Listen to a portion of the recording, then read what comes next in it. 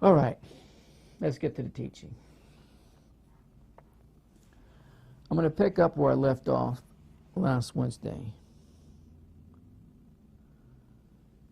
The earth itself provides yet another element in our evidence. Now, I know this has been probably more Wednesday nights than I even expected.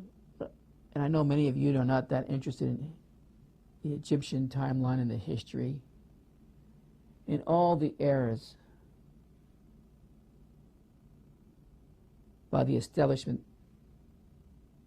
educational establishment that have decided that the Bible is wrong and their dates and their timelines is correct. It just shows you their arrogancy. Now, they've had to back up on that, and they reduced it from around 5000 BC down to an average of 3500 BC, and that's still not right. And because of the internet and the way social media has provided an avenue for information to get out there, there's a lot of garbage, but there's been some good. They have no choice to start backing down from their original thoughts of when the Egyptian timeline should have started.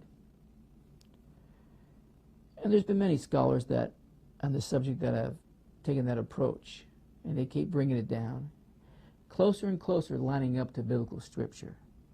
Now, they used to be 2,000 years plus off. They're still off, but it's somewhere between 700 and 1,000 years now.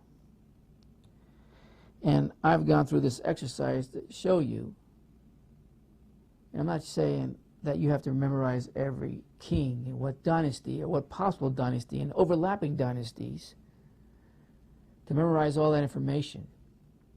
If it went in one ear and out the other, and the only thing that was left that, okay, you have punched holes into it, and characters like Manetho and others placed all these kings and pharaohs in a linear timeline, when all ruling at a different time, when some of them actually ruled at the same time. And sometimes there was more than two, sometimes there was three, and even up to four ruling at the same time, because they're not only counting Egypt in that total, but in some cases extending all the way to Libya and down to Sudan, countries today that we are familiar with in the geographical areas they're in. So they made the error. They claimed that the Bible was incorrect, and since it was incorrect, it's a bunch of fantasy, science fiction stuff. And we're finding out year after year that goes by, the only science fiction here is what they accumulated as supposedly valuable knowledge that has nothing but errors. And they try to bring in dating techniques. Listen, from the late 1980s till now, even the dating techniques they had to back down on, and how much of an error that assumption they were making, that their dating techniques were flawless. Science is proving that to be an error also. So without getting to all those details, I could spend from now to the end of the year just on this section, the section that deals with Abraham's life and how it lines up with the dynasties and the different events that happen. But I'm not going to get into all that. I want to get to Joseph and maybe beyond, even to Moses. But at this rate, we're never going to get there if I don't skip a lot of those things and just hopefully make you understand that you can't rely on an Egyptian timeline that's been laid out by historians and scholars and so forth, archaeologists. That's, for the most part, like I said, is full of error. Now, I would say about 30 to 40% of those different fields of study have backed down because they know it's full of errors. But there's some more that need to get on board and stop worrying about their pride and get on board and start delivering historical truth instead of the nonsense they've been hanging their hat on. With that, let me continue. The earth itself provides yet another element in our evidence that the general time frame of Abraham's journey in Egypt matches Rikaion's era. Now, if you missed last Wednesday evening's service, then you're not going to understand anything about Rikaion or anything like that. And I know there's different theories on Rikaion. Some people think it's Job. Some people thought it was Abraham himself. I don't believe it was either one of them, but the thing is, and if I was going to lead to anyone, it would have been to Job, because Job got his money back somehow. Job's got his wealth back somehow. Job got his livestock back somehow. So if I was going to lean to any one of those biblical characters, it would be Job, not Abram, which probably was someone that was living in the same time period. Now, I'm not going to get into the different reasons why I believe what I believe, but I don't close the door at the option on the possibility that it could have been Job. Well, he was done deceitfully, the way he came in and eventually got an audience with the king or Pharaoh. Well, that's a whole other series in itself, and I don't have time to get into that. And like I said, there's a lot of garbage about that too, and by the time I decipher it all and present it to you, that's another 3-4 month series, but I don't have time for that. So let's continue. The earth itself provides another element in our evidence that the general time frame of Abraham's journey in Egypt matches Rikaion's era. Well, where do you get this Rikaion? Remember last Wednesday night? From the book of Jasher. According to the Genesis record, Abraham lived during the time period which included the destruction of Sodom and Gomorrah, along the Great Rift Valley Fault. If our new model is correct, we should look for geological activity during the Second Dynasty. Makes sense. Archaeologist Petrie says, of the reign of Bezau, we read, now he was a ruler in Egypt. We read that there was a chasm at Bubastis, and many persons perished, as that is the region of volcanic action shown by the basalt beds of Abu Simbel. It is not unlikely that an earthquake and a great fault in the earth might occur there. According to our revised chronology, this disaster fits closely to both the description and the time of the Bible's report of the destruction of Sodom and Gomorrah. It is the only coincidence that those two cities sat along the same fault system? It is also only coincidence that the calamities occurred during the reign of Bezau, the first king of Dynasty 2. Now that we have established that, the book of Jubilees says the cities of Hebron and Tanis were built within 7 years of each other. At the time Abraham moved to Egypt, it has been archaeologically proven they are the same age, early bronze. The city of Tanis existed in Dynasty 1. Therefore, Abram traveled into Egypt during Dynasty 1. At the very earliest, the middle of Dynasty 1, but probably at the end of Dynasty 1, the overlapping period when Dynasty 2 started.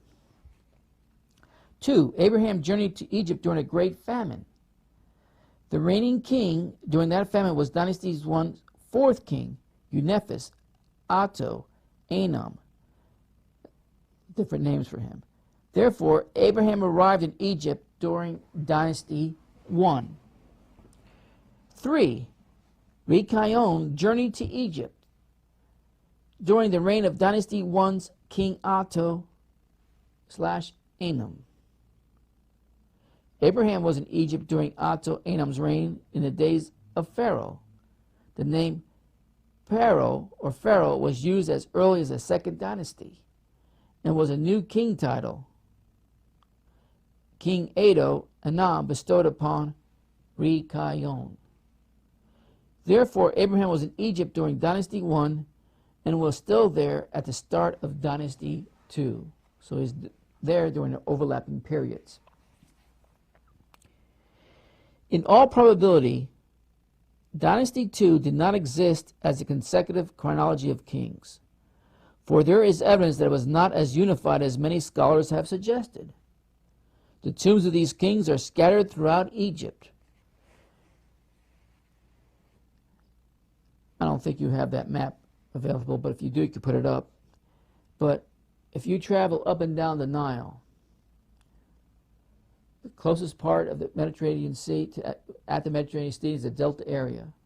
Just below that area, all the way down Egypt, along that Nile, you had ruling parties in different dynasties.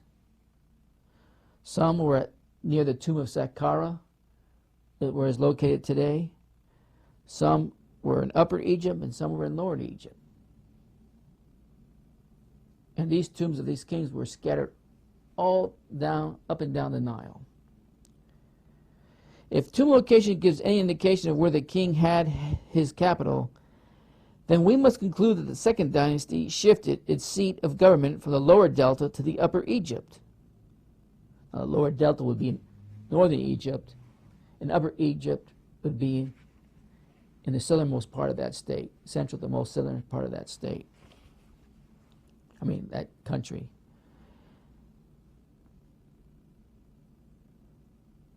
Then we must conclude that the second dynasty shifted its seat of government from the Lower Delta to Upper Egypt after the reign of the second or third king, while the first dynasty came to an end in Upper Egypt.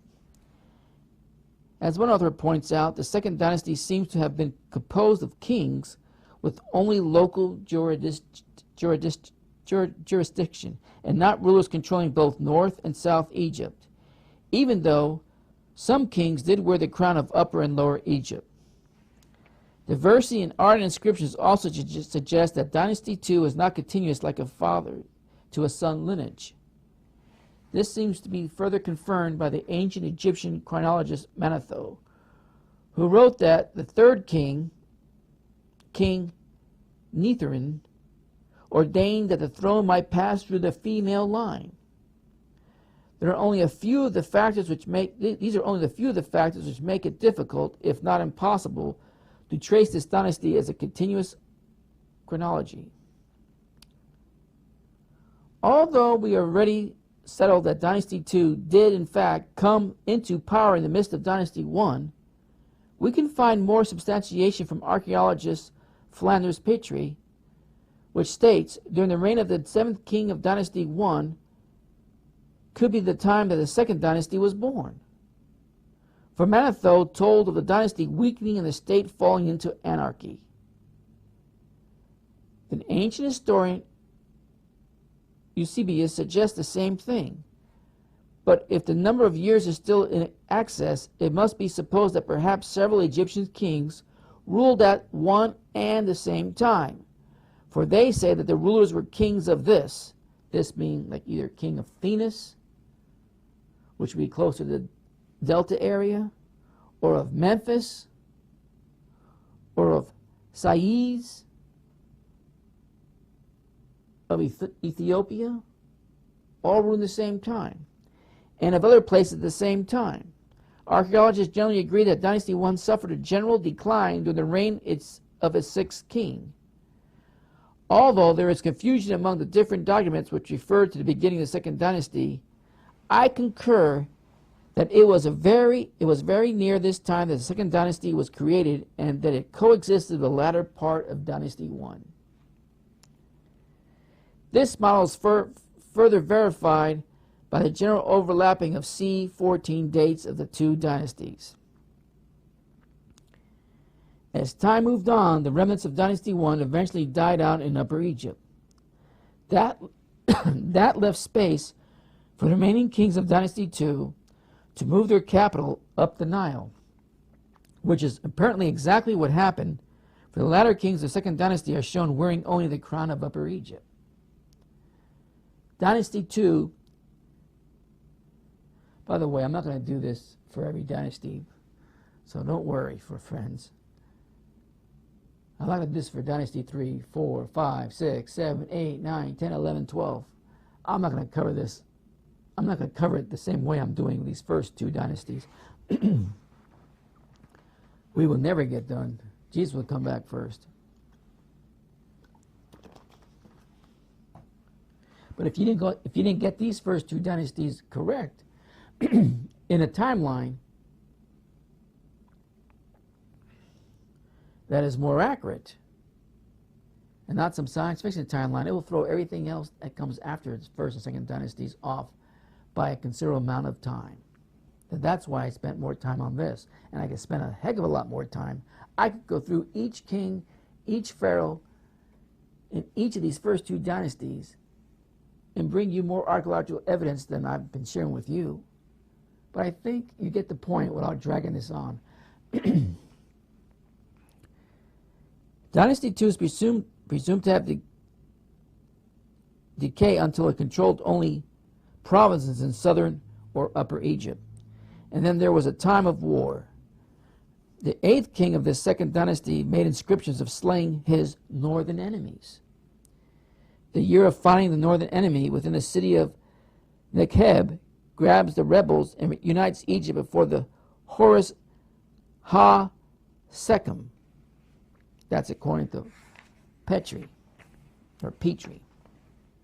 Egypt's uniting before the Horus, H-O-R-U-S, could give a hint as to why Dynasty 2 had moved to Upper Egypt after its first few kings. Here, the interpretation of the term rebel seems to mean civil war. This indicates that the northern kingdom was about to again give birth to the next dynasty, which would then be Dynasty 3. We now have a new working model of history, which overcomes many problems of the traditionally accepted model. Though it is radical, ours sits on a foundation of facts. On the other hand, conventional suppositions sit on multi-layer speculation in positions which we have already and shall continue to refute. After factoring in the compatibility of early Egyptian dynasties with our new model and adding the other colorful threads of evidence, we should conclude without a doubt that Abraham and Sarah visit Egypt during the changeover from Dynasty 1 to Dynasty 2, when the city of Tunis was founded. However, there is a last proof we need to examine. I'm finding something in my throat. What is that last proof that we need to examine? It's the Ebla connection. E-B-L-A.